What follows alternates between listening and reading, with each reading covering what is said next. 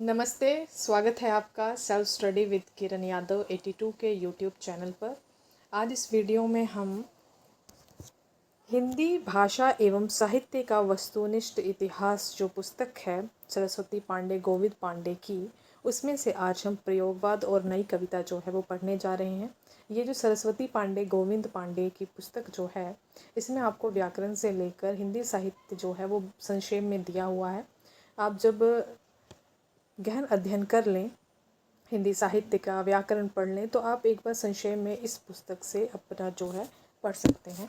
तो इसमें डिटेल में तो नहीं, लेकिन संक्षेप में दिया हुआ है। तो आज हम प्रयोगवाद और नई कविता जो है वो इस बुक से देखने वाले हैं, उसको आज पढ़ेंगे। चलिए शुरू करते हैं। प्रयोगवाद और नई कविता।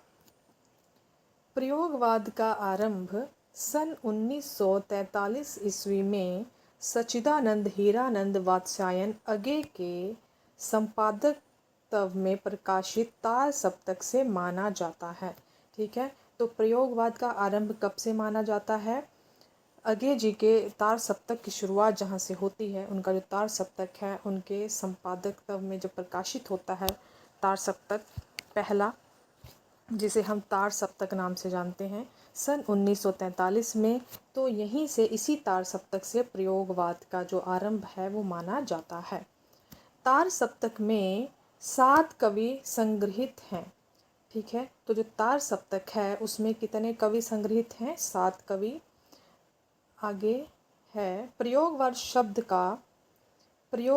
शब्द का सर्वप्रथम प्रयोग नंद दुलारे वाजपेयी ने प्रयोगवादी रचनाएं शीर्षक निबंध में किया। ठीक है, तो प्रयोगवाद जो शब्द है इसका सर्वप्रथम प्रयोग किसने किया? तो वो है नंद दुलारे वाजपेयी। उन्होंने प्रयोगवादी रचनाएं शीर्षक निबंध में किया है प्रयोगवादी शब्द का सर्वप्रथम प्रयोग। ठीक है, यहाँ से प्रश्न कैसे बनेगा? प्रयोगवाद शब्द का सर्वप्रथम प्रयोग किसने किया? तो नंद दुलारे वाजपेयी ने। और किसमें किया? तो ये निबंध है जिसका शीर्षक क्या है? प्रयोगवादी रचनाएं। आगे बढ़ते हैं। नंद दुलारे वाजपेयी ने प्रयोगवाद को बैठे ठाले का धंधा कहा है। ठीक है, ये प्रश्न अक्सर ही पूछा जाता है कि बैठे ठाले का धंधा प्रयोगवाद को किसने कहा है? तो वो है नंद दुलारे वाजपेयी। नंद दुलारे वाजपेयी ने प्रयोगवाद को बैठे ठाले का धंधा कहा है। आगे के संपादकत्व में 4 सप्तक प्रकाशित हो चुके हैं, जो निम्न है। पहला है तार सप्तक। ठीक है, जो पहला सप्तक है उसका नाम तार सप्तक है। ठीक है, कंफ्यूज नहीं होना कि उसको आप प्रथम सप्तक कह दें या पहला सप्तक मान ले, नहीं, उसका नाम सिर्फ तार सप्तक है। जो पहला सप्तक है उसका नाम है तार सप्तक, जो कि 1943 ईस्वी। ठीक है, दूसरा सप्तक, अब इसका नाम दूसरा सप्तक है। ठीक है, दूसरा सप्तक 1951 ईस्वी में। और तीसरा सप्तक जो है 1959 ईस्वी में। ठीक है, तीसरा सप्तक 1959 ईस्वी। और चौथा सप्तक जो है 1979। ठीक है, चौथा सप्तक जो है 1979 ईस्वी। तो ये जो 4 सप्तक हैं उनका सन याद कर लेना है आपको कि तार सप्तक कब आया? 1943 में। दूसरा सप्तक कब आया? 1951 में। और तीसरा सप्तक कब आया? 1959 में। और चौथा सप्तक कब आया? 1979 में। ठीक है, तो ये 4 सप्तक यहाँ से प्रश्न परीक्षाओं में अक्सर ही देखने को मिलते हैं। तो प्रयोगवाद जो है ये और सप्तक जो है ये बहुत इंपॉर्टेंट है, तो इनको ध्यान से देखिएगा। आगे बढ़ते हैं। अगे ने तार सप्तक की भूमिका में, तार सप्तक यानी पहला सप्तक जो कि 1943 में आया था, तो अगे ने तार सप्तक की भूमिका में प्रयोगवादी कवियों को राहों का अन्वेषी कहा है। ठीक है, अगे ने राहों का अन्वेषी किसे कहा है? प्रयोगवादी कवियों को। और कहाँ कहा है? तो ये भूमिका में, जो तार सप्तक पहला तार सप्तक जो है जिसको हम तार सप्तक नाम से जानते हैं, तो उसकी भूमिका में इन्होंने प्रयोगवादी कवियों को राहों का अन्वेषी कहा है। ये प्रश्न भी आता है पेपर में कि राहों का अन्वेषी किसने और किसको कहा है। ठीक है, तो राहों का अन्वेषी अगे जी ने, ठीक है, किसको कहा है? प्रयोगवादी कवियों को कहा है। अगे ने दूसरा सप्तक की भूमिका में लिखा है। ठीक है, ये जो बात है ये अगे ने दूसरे सप्तक की भूमिका में लिखा है। प्रयोगवाद, प्रयोग का कोई वाद नहीं है, हम वादी नहीं रहे, नहीं हैं, ना प्रयोग अपने आप में इष्ट या साध्य है। ठीक इसी तरह कविता का भी कोई वाद नहीं है, कविता भी अपने आप में इष्ट या साध्य नहीं है। अतः हमें प्रयोगवादी कहना उतना ही सार्थक या निरर्थक है जितना हमें कवितावादी कहना। तो ये पंक्तियाँ इसको देख लीजिए अच्छे से। ये क्वेश्चन जो है प्रश्न पूछ सकते हैं और पूछ सकते हैं कि ये किसने, ये पंक्तियाँ जो है किसकी हैं। तो ये अगे जी ने दूसरे सप्तक की भूमिका में लिखा है। प्रयोग अपने आप में इष्ट नहीं है, वह साधन है और दोहरा साधन है, क्योंकि एक तो वह उस सत्य को जानने का साधन है जिसे कवि प्रेषित करता है, दूसरे वह उसे प्रेषण की क्रिया को और उसके साधनों को जानने का भी साधन है। ठीक है, तो ये दोनों बातें अगे ने दूसरे तार सप्तक की भूमिका में लिखी हैं। ठीक है, ये दोनों बातें महत्वपूर्ण हैं, इनको अच्छे से देख लीजिए। चलिए आगे बढ़ते हैं। तार सप्तक यानी यहाँ पे पहले सप्तक की बात हो रही। तार सप्तक 1943 में संकलित कवियों का काल क्रमानुसार विवरण निम्न है। तो उसमें जो 7 कवि हैं पहले सप्तक में, तो उनका काल क्रमानुसार यहाँ पे उनका विवरण दिया हुआ है। तो 7 कवि कौन से हैं पहले तार सप्तक में, वो हम देख लेते हैं। तो ये हैं 7। ठीक है, आगे जिनका जन्म वर्ष है 1911 और मृत्यु हुई है इनकी 1987 में, और जन्म स्थान क्या है, देवरिया। ठीक है, इनका जन्म स्थान है देवरिया। दूसरे हैं राम विलास शर्मा, जिनका जन्म वर्ष 1912 और इनकी मृत्यु होती है सन 2000 में, और इनका जन्म स्थान क्या है, उन्नाव। आगे हैं गजानन माधव मुक्तिबोध, इनका जन्म वर्ष है 1917 और इनकी मृत्यु होती है 1964 में, और इनका जन्म स्थान जो है वो है ग्वालियर। आगे हैं प्रभाकर माचवे बलवंत।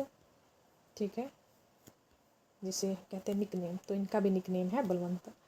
प्रभाकर माचवे बलवंत, इनका जन्म वर्ष है 1917 और मृत्यु हुई है 1991 में। ठीक है, और जन्म स्थान है इनका ग्वालियर, इनका भी जन्म स्थान है ग्वालियर, और गजानन माधव मुक्तिबोध का भी जन्म स्थान है ग्वालियर। आगे हैं नेमी चंद्र जैन, इनका जन्म वर्ष है 1918 और मृत्यु वर्ष जो है वो यहाँ पे नहीं दिया हुआ इस पुस्तक में। इनका जन्म स्थान है आगरा। आगे हैं गिरिजा कुमार माथुर, जिनका जन्म वर्ष है 1918 और मृत्यु वर्ष है 1994। ठीक है, और इनकी जन्म स्थान है मध्य प्रदेश। आगे हैं भारत भूषण अग्रवाल, इनका जन्म वर्ष है 1919 और मृत्यु है 1975 ईस्वी में, और इनका जन्म स्थान क्या है, मथुरा। ठीक है, तो इन 7 कवियों में 2 तो सेम जगह से हैं। ठीक है, ग्वालियर से ही। कौन कौन, मुक्तिबोध और प्रभाकर माचवे।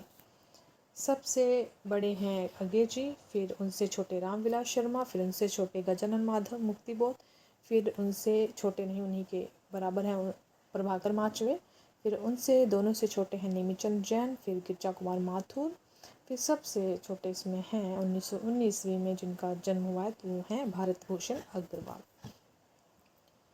तो ये तो पहले सप्तक के 7 कवि थे जिनको हमने काल क्रमानुसार उनका विवरण देखा है, जैसे जैसे वो पहले कौन आया बाद में कौन आया उस प्रकार से काल क्रमानुसार।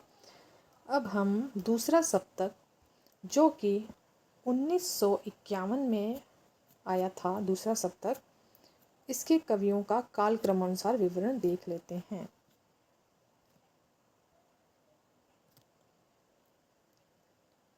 इसमें भी 7 कवि हैं, तो ये 7 कवियों का सप्तक जो है, सप्तक का अर्थ ही 7 है तो 7 ही रहेंगे। चलिए इनका भी देखते हैं। तो जो दूसरा सप्तक है उसमें कौन कौन से 7 कवि हैं। पहले पे हैं शमशेर बहादुर सिंह, इनका जन्म वर्ष भी 1911 है, यानी आगे जितना ही है, आगे भी 1911 में हुआ, ये भी 1911 में शमशेर बहादुर सिंह, और इनका जो मृत्यु है वो हुई है 1993 ईस्वी में, और इनका जन्म स्थान है देहरादून। दूसरे पर हैं भवानी प्रसाद मिश्र। इनका जन्म वर्ष है 1913 और इनकी मृत्यु हुई है 1985 में और जन्म स्थान है इनका होशंगाबाद। आगे हैं शकुंत माथुर। इनका जन्म वर्ष है 1922। यहाँ पे मृत्यु वर्ष जो है वो नहीं दिया गया है और इनका जन्म स्थान है दिल्ली। 4 पर हैं हरि नारायण घनश्याम व्यास। इनका जन्म वर्ष है 1923 और जन्म स्थान है मध्य प्रदेश। नरेश मेहता। इनका जन्म वर्ष है 1924 और जन्म स्थान है गुजरात।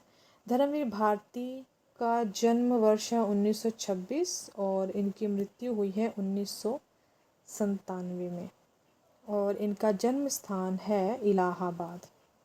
रघुवीर सहाय। इनका जन्म वर्ष है 1929 और मृत्यु हुई है 1990 में और इनका जन्म स्थान है लखनऊ। ये तो 2 सप्तक हमने देख लिए, तार सप्तक और दूसरा सप्तक। अभी तीसरा सप्तक के 7 कवियों को हम कालक्रमानुसार इनका विवरण देखेंगे। तो तीसरा सप्तक जो है 1959 में आया। इसमें 7 कवि जो हैं उनका कालक्रमानुसार विवरण देखते हैं। तो पहले हैं प्रयाग नारायण त्रिपाठी।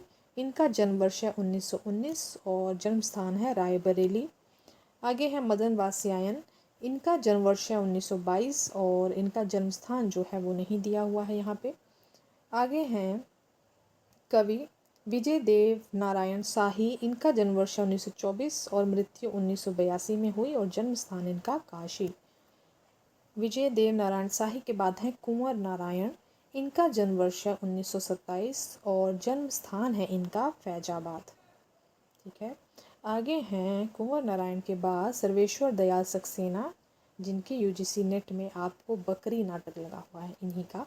तो सर्वेश्वर दयाल सक्सेना 1927 में इनका जन्म हुआ और मृत्यु 1983 में और जन्म स्थान है इनका बस्ती।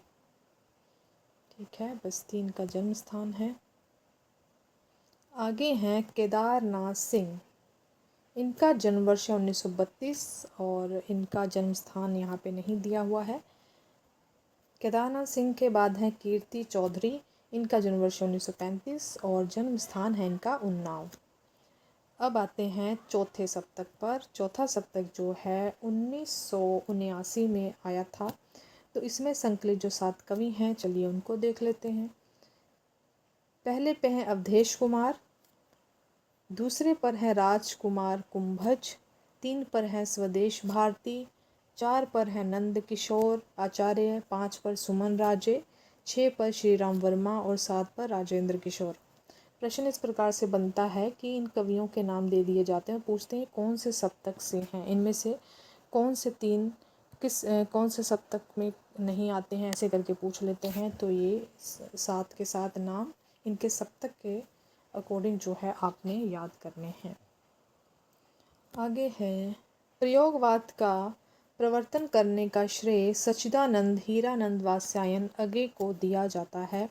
डॉक्टर रामविलास शर्मा ने लिखा है, प्रयोगवादी कविता में युग युग से उत्पन्न अनास्था, शंका, घुटन, कुंठा, भग्नाशा में से एक नए पथ के अन्वेषण की व्याकुल भावना दिखाई पड़ती है। ये कवि एक नए मार्ग का अनुसंधान करने के लिए व्याकुल हैं। ठीक है, ये पंक्तियाँ अच्छे से देख लीजिए, किसने कही हैं उनको ज़रूर याद रखना है।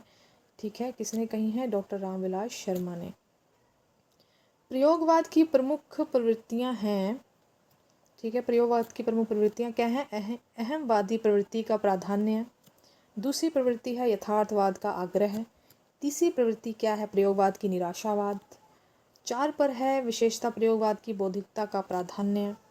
5 पर है प्रयोगवाद की प्रवृत्ति उपमानों की नवीनता। 6 पर है प्रयोगवाद की प्रवृत्ति साधारण विषयों का निरूपण और 7 पर है भाषा का प्रयोग। तो ये 7 इनकी प्रवृत्तियाँ यहाँ पे दी हुई हैं इस पुस्तक में।